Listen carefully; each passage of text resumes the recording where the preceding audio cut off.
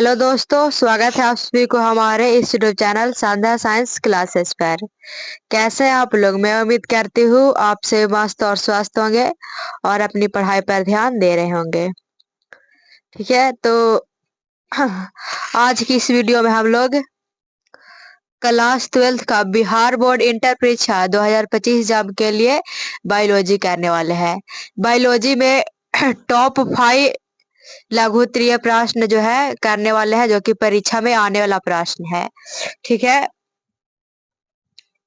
बहुत ही वीवीआई और क्वेश्चन है। ठीक है, तो ये जो है आप लोग का बायोलॉजी का पार्ट 1 है। ठीक है, इसी प्रकार से आप लोग का जो है पार्ट 2 पार्ट 3 कर आप लोग का बायोलॉजी में भी मिलेगा सब्जेक्टिव क्वेश्चन आंसर। तो चलिए आगे बढ़ते हैं। देखिए यहाँ है क्लास 12th का biology VVI subjective question answer 2025 exam के लिए। तो चलिए प्रश्न की ओर चलते हैं। पहला नंबर प्रश्न है कि मेंडल के कह रहा है कि मेंडल के सफलता के कारणों को लिखें। मेंडल के सफलता के कारणों को लिखें। तो उत्तर में है कि मेंडल के प्रयोगों की सफलता के निम्नलिखित कारण है। पहला में है कि मटर के पौधों का चयन वनस्पति जगत में पाए जाने वाले लाखों पौधों में मेंडल ने केवल मटर के ही पौधों को अपने प्रयोग के लिए इसलिए चुना क्योंकि मटर के पौधों में अनेक प्रकार के विपरीत गुण होते हैं।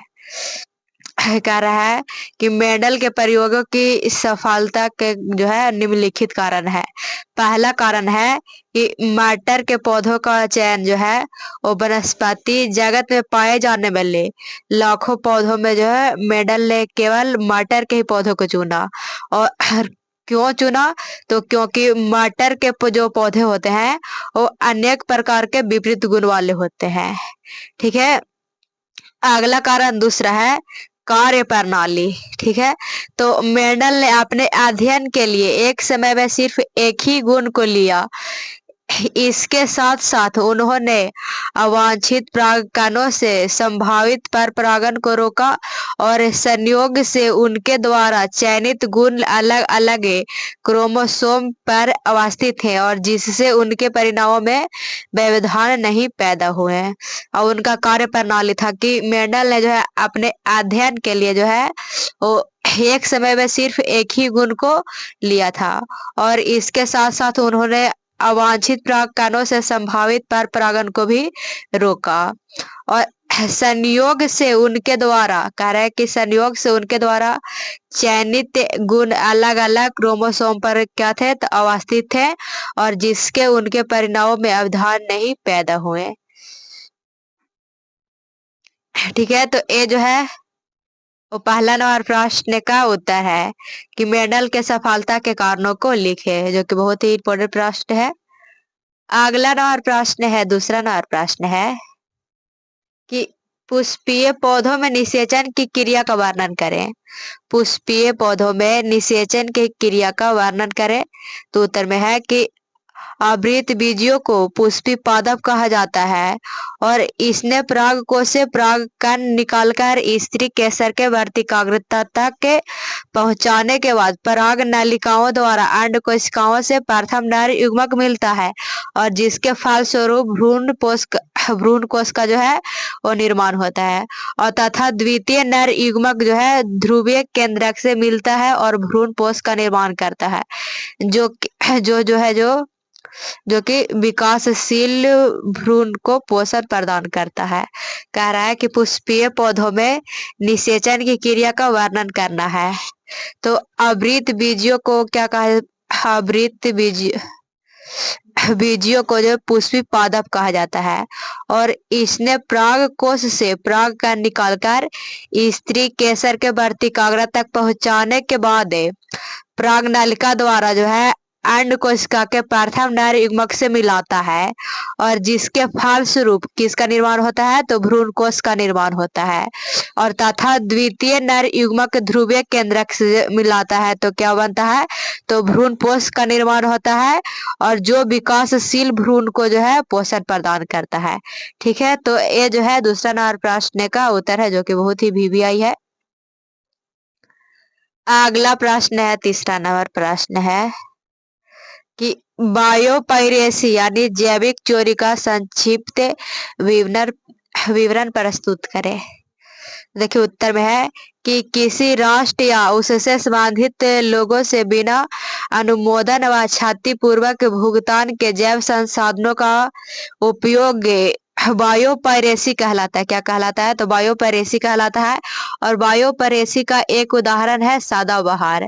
और इस पौधे से बिन क्रिस्टन और बिन फ्लास्टिन जैसे एल्केडवाइड प्राप्त किए गए हैं और जिनका उपयोग कैंसर के इलाज के लिए किया जाता है। ठीक है, तो विनक्रीन एक एली लिली का कंपनी ने जो है पेटेंट प्राप्त कर उसका वैश्वीकरण किया, परंतु सदाबहार पौधा जो मेडागास्कर देश का निवासी है और उस देश को कोई राशि प्राप्त नहीं हुई।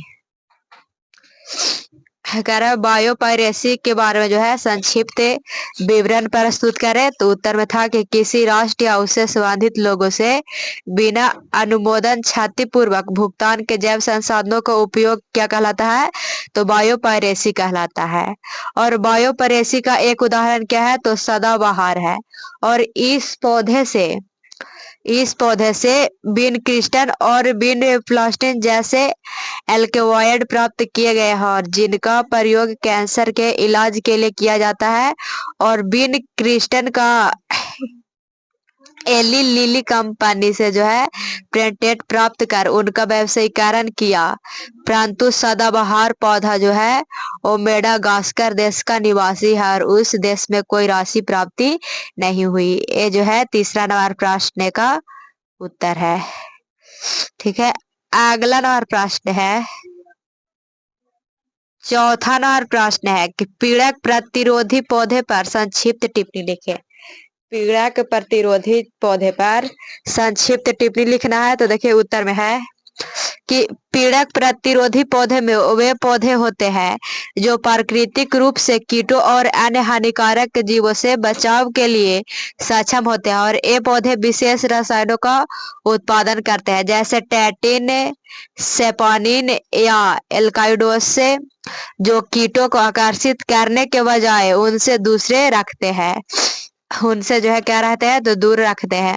और इसके अलावा कुछ पीड़क प्रतिरोधी पौधे अपनी संरचनात्मक विशेषताओं जैसे कांटे या कठोर पत्तियों के कीटों को नुकसान पहुंचाते हैं। और इन पौधों का उपयोग जो है वो जैविक खेती में किया जाता है, जिससे कीटनाशकों की आवश्यकता कम होती है और पर्यावरण संतुलन बनाए रखने में मदद करती है। देखिए चौथा नंबर प्रश्न क्या था, तो पीड़क के प्रतिरोधी पौधे पर जो है संक्षिप्त टिप्पणी लिखना था। तो बताया गया कि पीड़क प्रतिरोधी पौधे वे होते हैं जो कैसे, तो प्राकृतिक रूप से कीटों और अन्य हानिकारक जीवों से बचाव के लिए सक्षम होते हैं और ये पौधे विशेष रसायनों का उत्पादन करते हैं। ऐसे पौधे जो होते हैं वो विशेष रसायनों का उत्पादन करते हैं, जैसे टैटिन, सोपैनिन या एल्कालोइडस से, जो कीटों को आकर्षित करने के बजाय उनसे क्या है, तो दूर रखते हैं। और इसके अलावा कुछ पीड़क प्रतिरोधी पौधे अपनी संरचनात्मक विशेषताओं जैसे कांटे या कठोर पत्तियां से कीटों का नुकसान पहुंचाते हैं और इन पौधों का उपयोग जैविक खेती में किया जाता है, जिससे कीटनाशकों की आवश्यकता कम होती है और पर्यावरण क्या रहता है, तो संतुलन बनाए रखती है पर्यावरण को। ये जो है चौथा नंबर प्रश्न का उत्तर, जो कि बहुत ही वीवीआई प्रश्न है। ठीक है, तो अगला नंबर प्रश्न है, पांचवा नंबर प्रश्न है, जो कि लास्ट प्रश्न है कि लैमार्क तथा डार्विन के सिद्धांत में विभेद करें।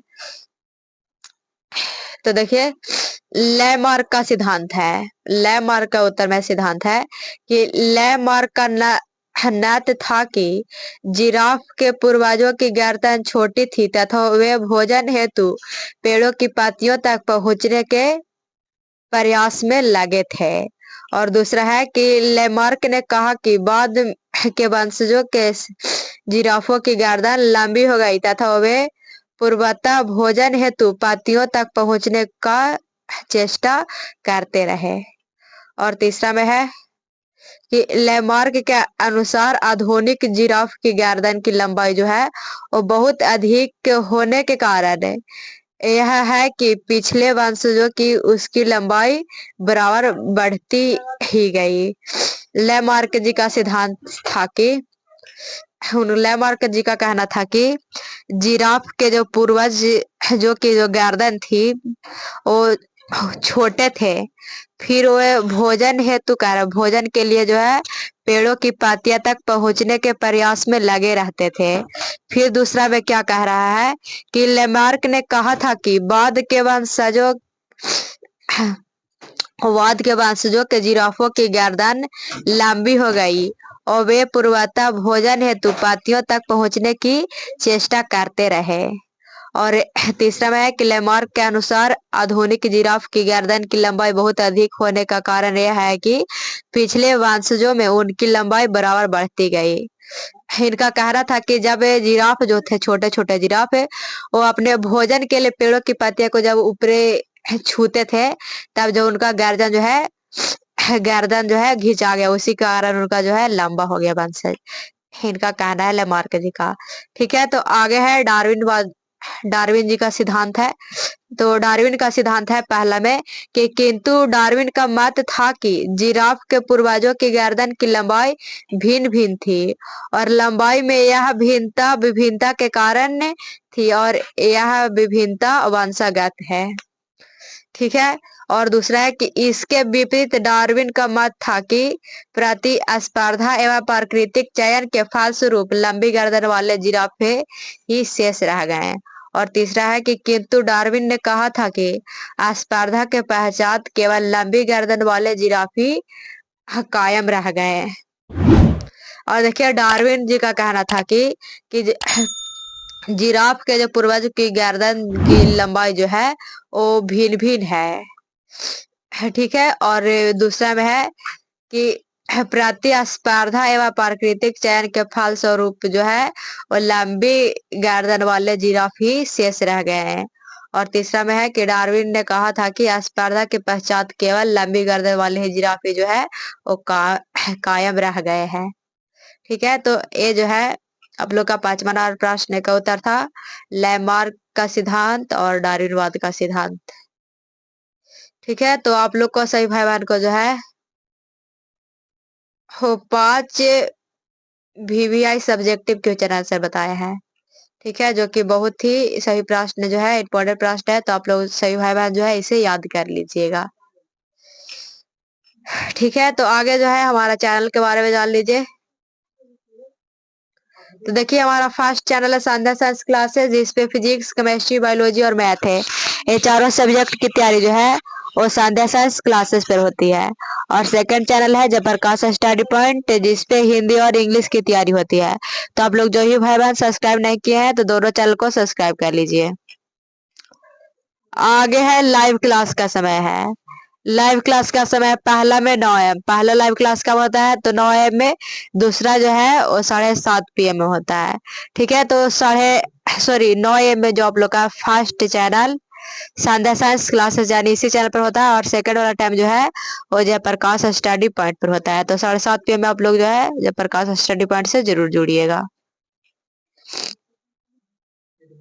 आगे PDF के लिए तो आप लोग को जो है बिल्कुल नोट्स और PDF फ्री दिया जाता है। तो आप फ्री नोट्स PDF लेने के लिए हमारे WhatsApp ग्रुप और टेलीग्राम ग्रुप से जुड़ जाइए। इसका लिंक जो है वीडियो के डिस्क्रिप्शन में दे दिया गया है।